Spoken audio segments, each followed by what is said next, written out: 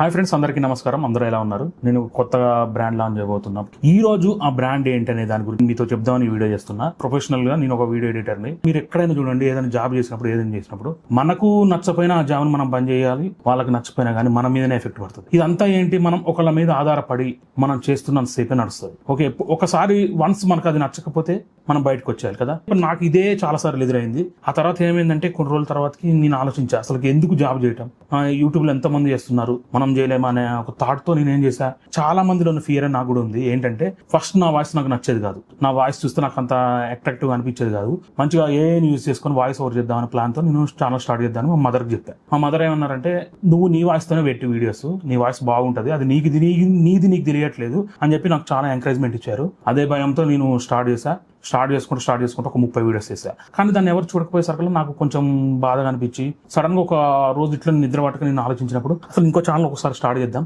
Parallel గా 2 run చేద్దాం అని చెప్పేసి అనుకొని ఓకే ఆ ఛానల్ స్టార్ట్ చేసి దాంట్లో ఇంకా మెల్లగా కంటెంట్ పోస్ట్ చేయడం చేశా. ఇక్కడ మెయిన్ నేను చెప్పాల్సింది ఏంటంటే, ఎవరన్నా నన్ను చూసి బాడీ షేమింగ్ చేస్తారా అనేది నాకు బాగుండేది.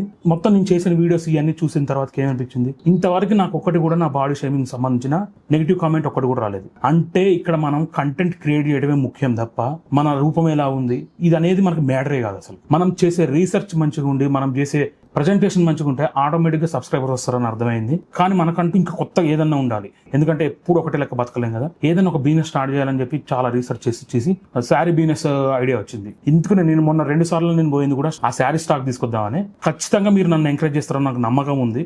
ఎందుకంటే నా ఛానల్లో చూసారు కదా కంటెంట్, నేను ఏ విధంగా అయితే డీప్ రీసెర్చ్ అయితే ఏ విధంగా అయితే చేశానో, ఇప్పుడు దీనికి కూడా నేను గత 7-8 నెలల నుండి అదే రీసెర్చ్ చేస్తూ ఉన్నా. మొదటి అడుగు వేయడానికి నాకు చాలా టైం పట్టింది.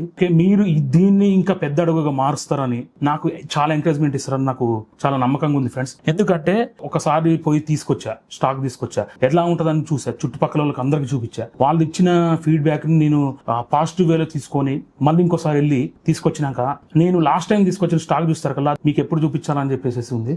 ఓకే ఫ్రెండ్స్, చాలా థ్యాంక్స్ ఫ్రెండ్స్. నాకు ఈ థాట్ రావడానికి కారణం నేను చేసిన యూట్యూబ్ ఛానల్, నేను చేసిన వీడియోస్ కూడా కొంతమంది కామెంట్స్ చూస్తే నాకు చాలా ఆనందంగా అనిపిస్తుంది ఫ్రెండ్స్. ఎప్పుడన్నా నెగిటివ్ థాట్ వచ్చినప్పుడు ఆ కామెంట్స్ ఓపెన్ చేసి చదువుకుంటే ఇంకొక 100 వీడియో చేసి అంత బూస్ట్ ఇస్తుంది ఆ comments. Thank you for your support. నేను స్టార్ట్ చేసిన నెక్స్ట్ బిజినెస్ కూడా మీరు ఇలానే సపోర్ట్ చేస్తారని ఆశిస్తున్నా. అండ్ నెక్స్ట్ వీడియోలో మన బ్రాండ్ ఏంటిది, దాని పేరేంటిది అనేది నేను నెక్స్ట్ వీడియో రివీల్ చేద్దాం అనుకుంటున్నా. మీరు కూడా గెస్ట్ చేయండి ఆ పేరేంటో.